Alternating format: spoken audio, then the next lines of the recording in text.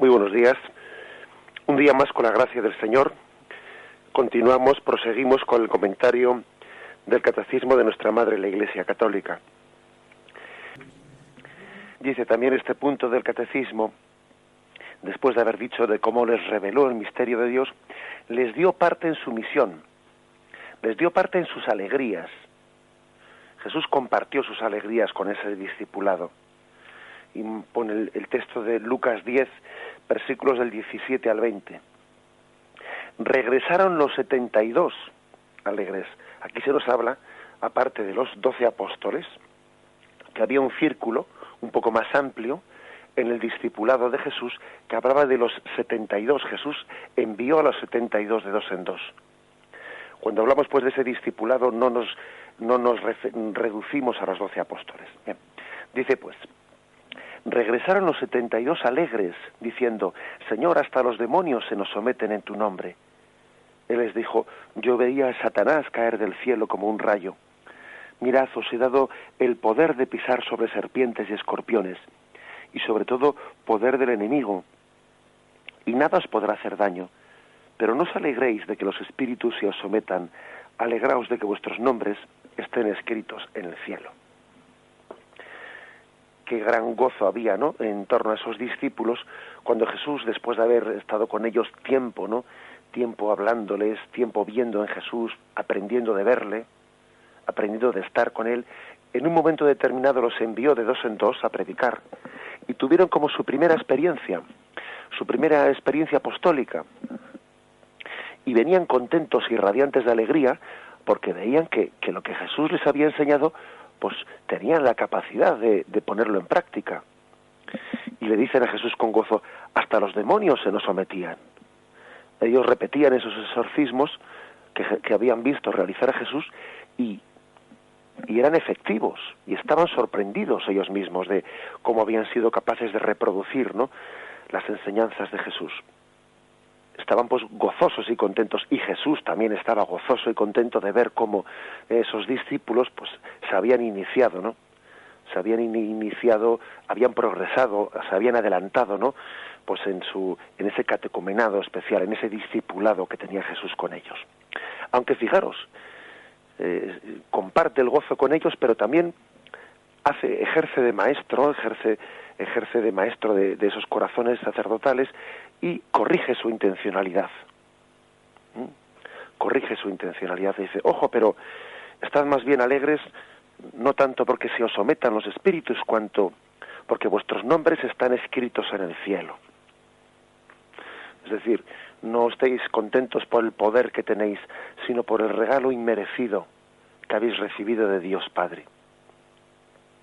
Y por cierto, uno no puede por menos de acordarse de aquel otro episodio que está narrado en Marcos 9, versículo 29, cuando había un endemoniado epiléptico, dice así, en el que no habían sido capaces los discípulos de curarle. Y va Jesús y después de ejercer ese exorcismo, los discípulos le preguntan: Maestro, ¿por qué nosotros no pudimos expulsar a ese demonio? Y Jesús les responde con un texto misterioso: ¿por qué nosotros no pudimos expulsarle? Les dijo: esta clase con nada puede ser arrojada sino con la oración. Como diciéndoles, hay una determinada clase de demonios que únicamente con la oración y con el ayuno podrán ser expulsados. Bueno, es decir, ellos van compartiendo las alegrías.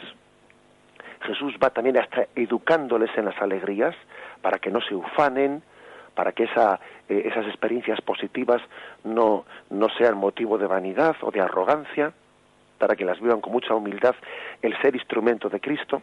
Pero también Jesús, en ese discipulado tan íntimo, también les asocia no solo a las alegrías, también a sus sufrimientos. Y aquí se nos ofrece el texto de Lucas 22, 28-30, ¿no? Vosotros sois los que habéis perseverado conmigo en mis pruebas.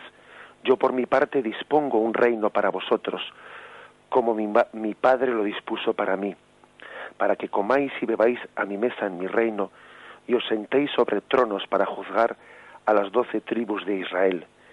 Es decir, que Jesús, con gran agradecimiento, ¿no? Con gran agradecimiento, les dice: vosotros habéis perseverado conmigo en mis pruebas.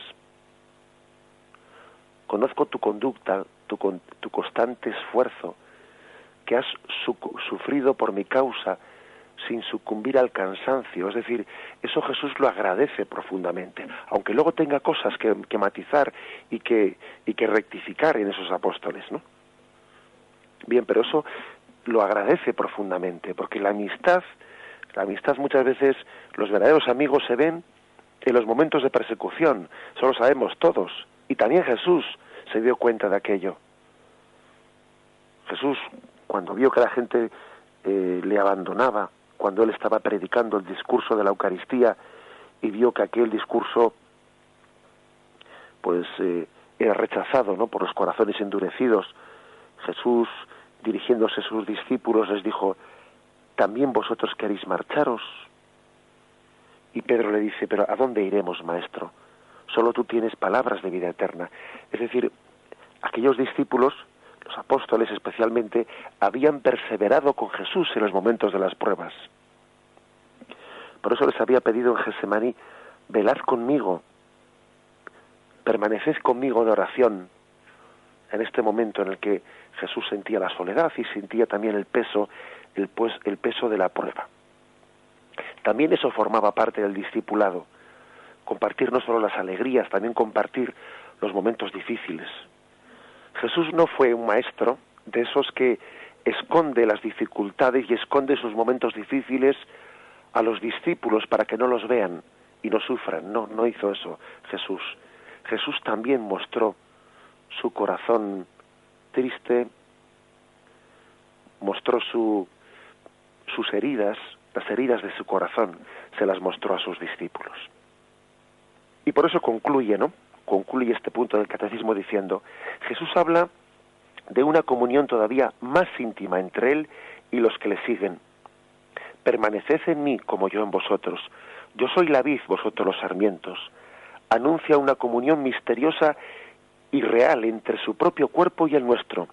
Quien come mi carne y bebe mi sangre, permanece en mí y yo en él. Es decir, después de haber puesto como ejemplo, ¿no?, todos estos textos del Evangelio en los que se ve cómo Jesús convivía estrechamente, ¿no?, y compartía su intimidad con esos apóstoles y con un discipulado también más amplio que el de los apóstoles, después de ello nos recuerda de cómo esa comunión se prolonga más allá, ¿no?, de esa convivencia de Jesús con sus discípulos. Permaneced en mí y yo en vosotros. Es decir, no se trata de una comunión de momentos puntuales, únicamente reducidos a esa convivencia física que tuvo Jesús con sus apóstoles y con sus discípulos, pues en aquellos 3 años de ministerio público. No, se trata de una comunión profunda, prolongada y continuada, en todos los momentos y en toda la historia, una unión entre Jesús y los suyos. Yo soy la vid, vosotros los sarmientos. Estamos recibiendo de continuo la vida de Cristo en nosotros, especialmente por la Eucaristía, fijaros. Quien come mi carne y bebe mi sangre, permanece en mí y yo en él. No se trata de momentos esporádicos de convivencia con Jesús, sino que se trata de una común unión, una comunión en Cristo, un vivir en él, vivir en Cristo y vivir de Cristo. Ese es pues lo que significa también que la Iglesia sea cuerpo de Cristo, que sea comunión con Jesús. Alabado sea Jesucristo.